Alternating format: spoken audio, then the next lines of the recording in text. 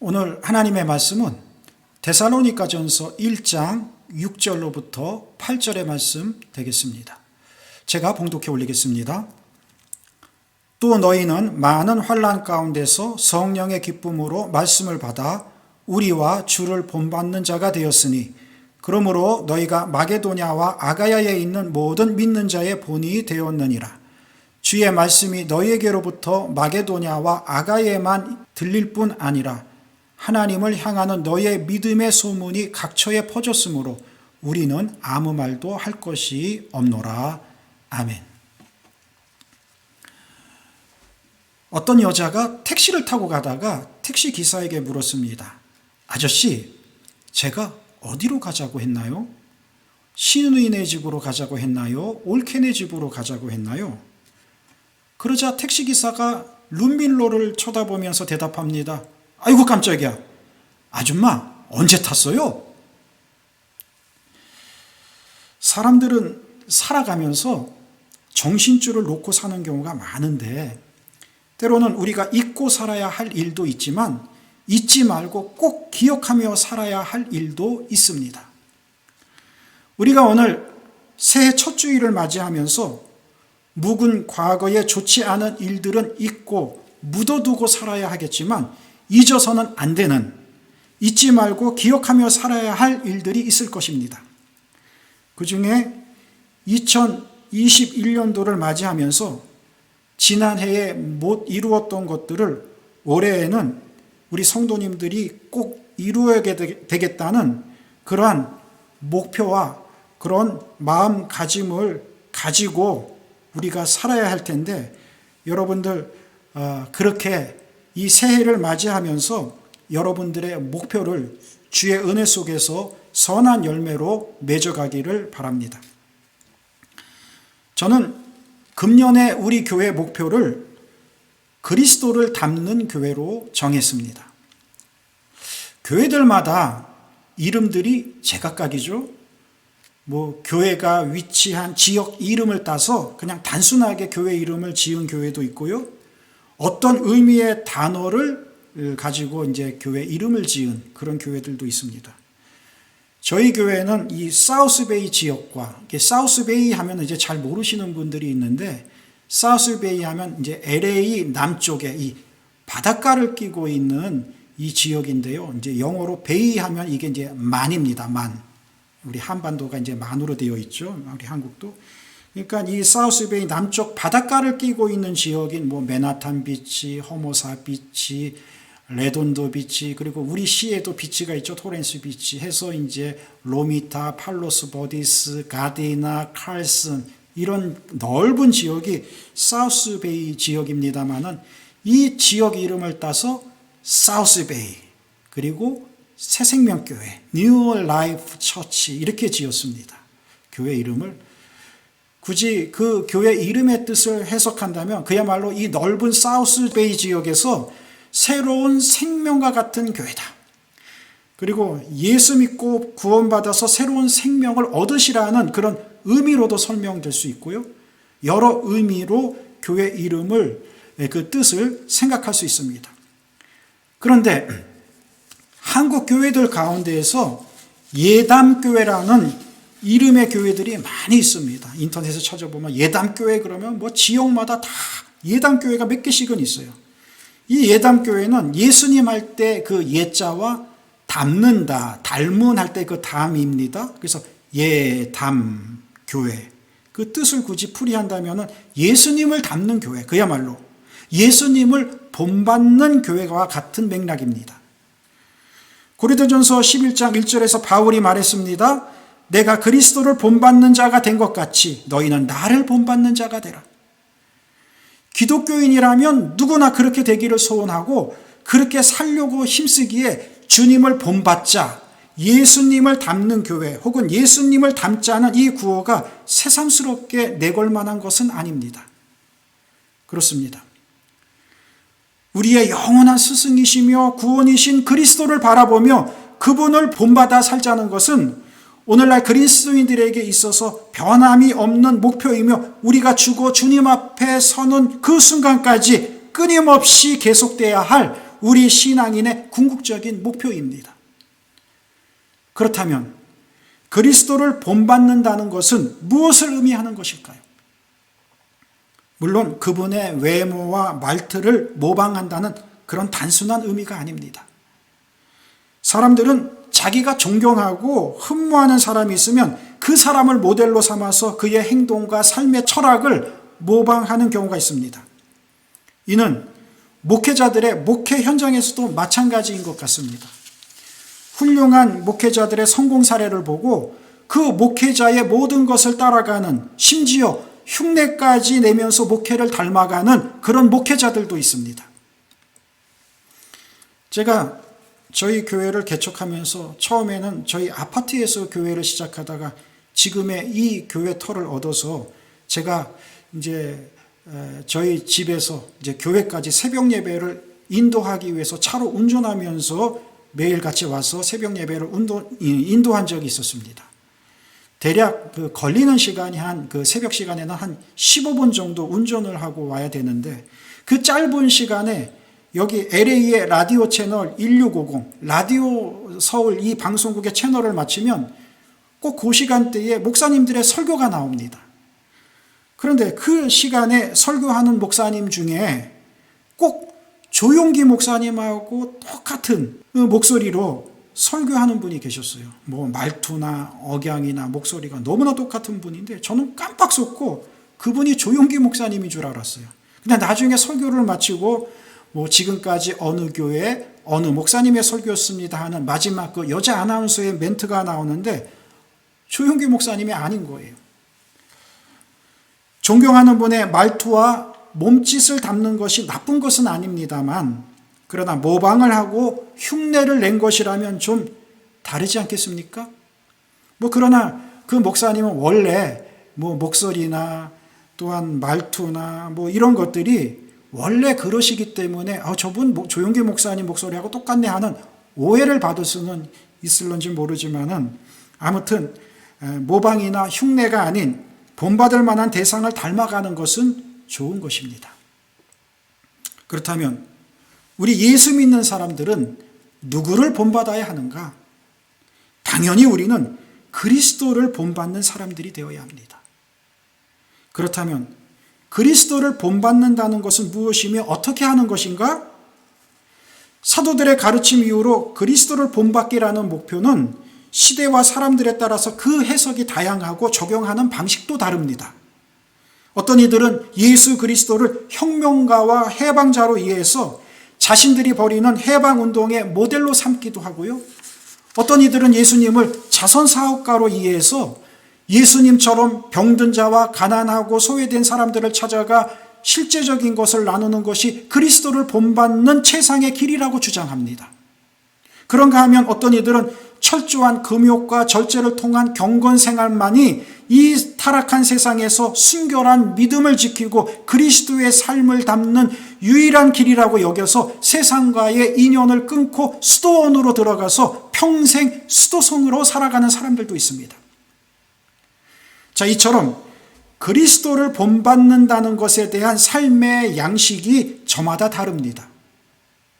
자, 그렇다면 우리는 예수 그리스도의 어떤 모습을 닮아가야 할 것인가 하는 것입니다. 예수님은 우리에게 사랑과 용서와 희생을 가르쳐 주셨습니다.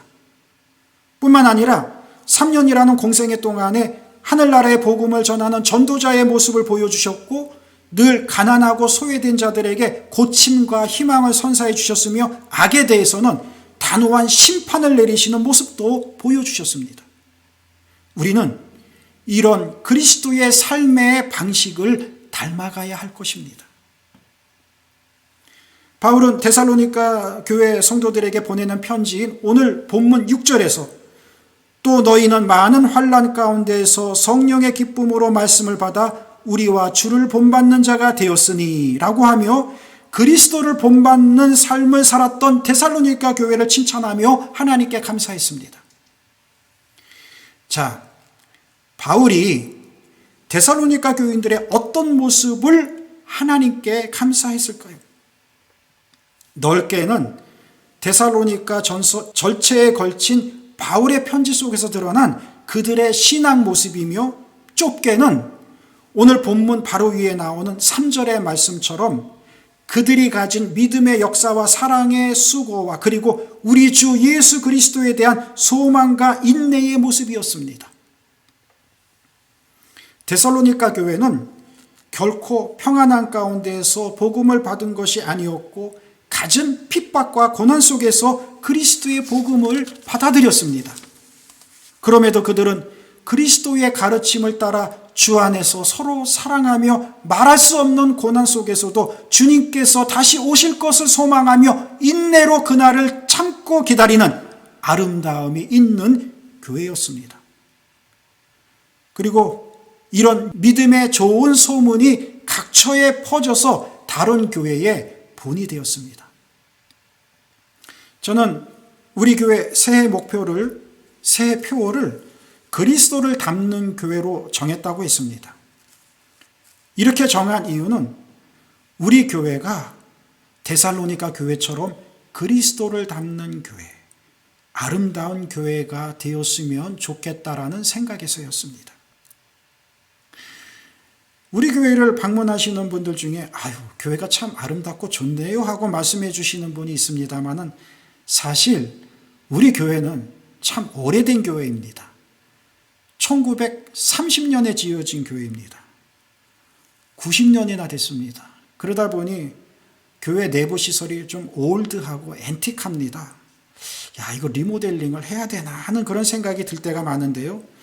어떤 분은 우리 교회 와보시고는 목사님 어떻게 이 교회가 이렇게 주택 한가운데 세워졌나요?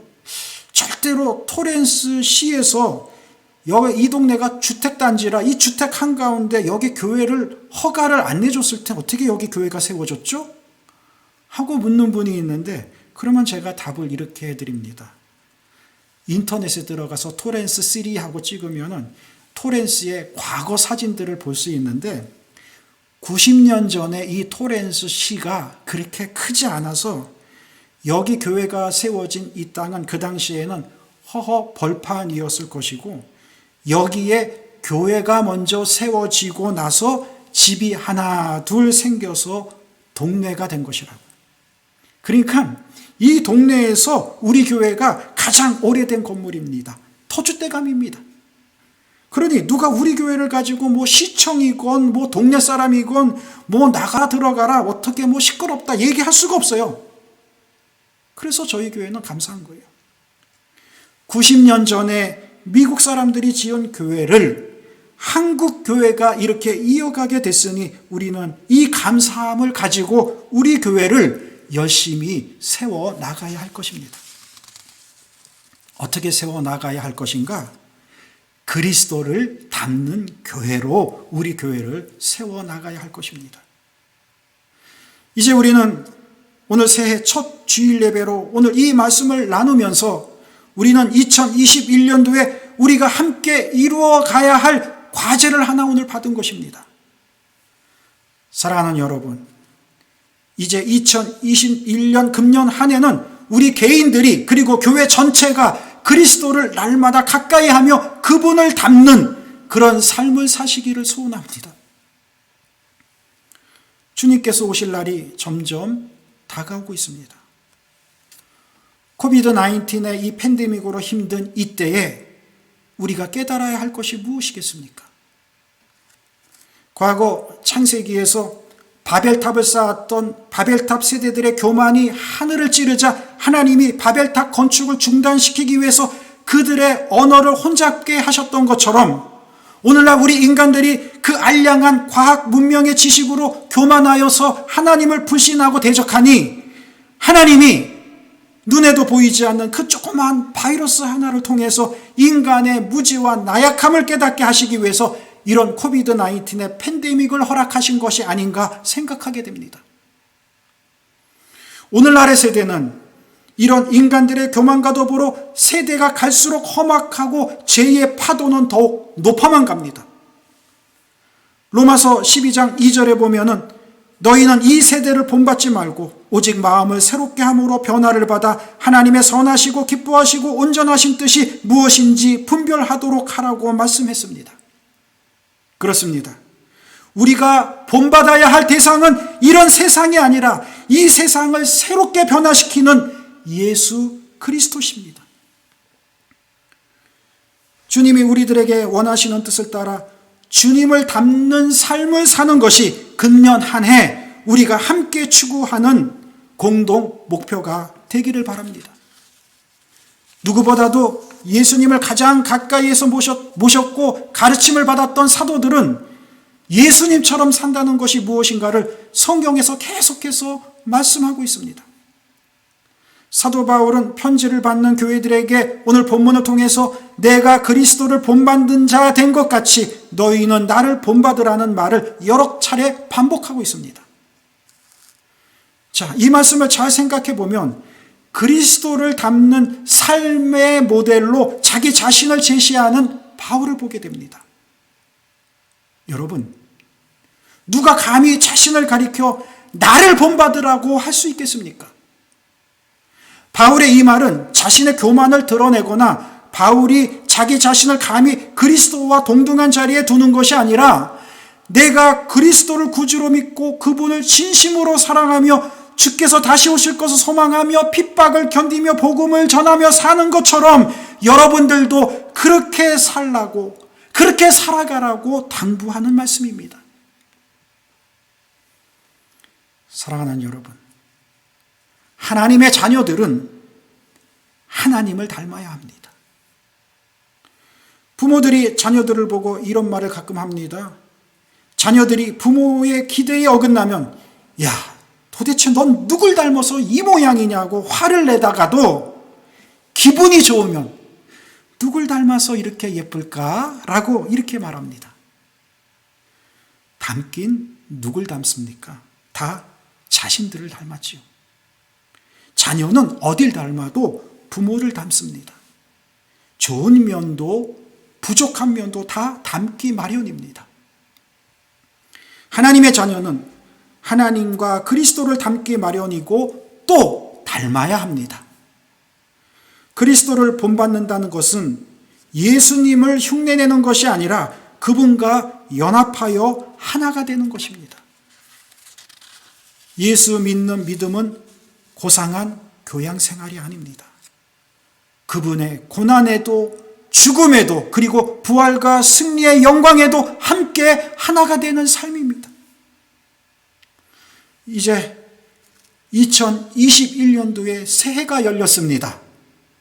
이 새해에는 어떤 좋은 일들이 내게 펼쳐질까 하는 소망을 우리가 품어야 하겠지만 그러나 지금은 팬데믹 시대라 모든 것이 암울하게 보일 뿐입니다. 그렇다고 우리가 희망과 소망을 포기하고 있을 수는 없습니다. 왜냐? 분명 하나님께서 이 모든 상황을 주관하고 있기 때문입니다. 하나님께서 해결해 주실 것입니다. 새해에는 백신과 치료제를 우리가 기대하고 있습니다만 그 백신과 치료제도 하나님이 허락하셔야 하는 것입니다. 그러나 분명한 것은 하나님께서 허락하실 것입니다. 때문에 우리는 거기에 희망을 두고 새해를 맞이하려고 하는 것입니다. 보통 신년 때에는 교회의 표와 함께 교회가 1년 동안 목표를 삼고 나아가야 할 새 비전을 제시하게 됩니다. 저는 크게 번지르하게 목표를 세우고 싶진 않습니다. 지난해에는 하나님께서 저희들에게 성전을 주셨고 저희들은 이 교회를 바로 세워나가야 할 첫 번째 목표가 생겼습니다. 물론 선교에 대한 비전도 세워야 되고 교육사업에 대한 비전도 세워야 하고 영적 훈련에 대한 비전도 세워야 합니다. 그러나 그런 것을 이루기 위해서는 먼저 이 팬데믹 상황이 끝나고 우리가 마음껏 하나님의 교회에 모여서 예배도 드리고 헌신해야 하는 환경이 먼저 만들어져야 되는데 우리가 이를 위해서 힘껏 기도해야 될 것입니다. 그리고 하나님께서 이 팬데믹을 다 종식시키고 예전처럼 마음껏 하나님의 전에 나와서 예배 드릴 수 있는 그날이 되면은 우리는 예전처럼 되돌아가서 우리의 할 일을 열심히 해야 할 것입니다. 하나님의 교회를 위해서 헌신하고 봉사해야 합니다. 먼저 우리가 해야 할 일은 교회 내실을 든든히 다져 놓으면서 예수님께서 사도행전 1장 8절을 통해서 우리에게 주신 사명, 숙제인 땅끝까지 이르러 내 증인이 되라가는 이 말씀을 우리가 먼저 실행해야 할 것입니다. 그래서 우리는 먼저 나아가서 전도하고 선교 사역에 힘쓰는 선교사님들의 사역을 힘껏 또한 도와야 할 것입니다. 하나님께서 주신 교회, 이 하나님의 집을 채우고 그리고 교육부도 활성시키고 EM 예배도 이어나가면서 하나님의 교회를 온전한 교회로 우리가 세워나가야 할 것입니다. 우리가 이것을 해나가기 위해서는 일꾼도 필요하고 성도님들의 관심과 기도도 필요하고 또한 재종도 필요합니다. 이 모든 것이 부족함 없이 채워지기 위해서는 우리 모두가 그리스도를 닮는 마음으로 하나가 되면 되는 것입니다. 우리 한 사람 한 사람 모두가 그리스도를 닮는 마음을 소유한다면 교회 안에서 서로 간에 미움이 있을 수 없고 욕심이 있을 수 없고 의심과 시기 질투가 있을 수 없습니다. 고로 우리는 마음을 비우고 그리스도를 닮는 마음으로 2021년 새해를 맞이해야 합니다. 지금은 비록 코비드-19 이 팬데믹 시대이지만 이 팬데믹의 상황 속에서도 우리가 이 모든 어려움을 믿음으로 극복하면서 하나가 되어 진정 우리 교회를 우리가 1년의 표로 삼은 그리스도를 닮는 교회로 우리 교회를 만들어 가야 할 것입니다. 올 한 해 시작입니다. 이 시작을 단단하게 우리 마음속에 굳은 결심을 가지고 하나님 앞에 내가 이렇게 하나님 앞에 헌신하고 충성하겠습니다 하는 그 각오로 이 2021년도를 맞이하면서 우리에게 맡겨주신 귀한 사명을 잘 감당하여 이 2021년도에는 우리 사우스베이 새생명교회가 그야말로 그리스도를 닮는 교회로 완성해 나갈 수 있는 저와 여러분들 다 되시기를 주의 이름으로 축원합니다. 기도하겠습니다.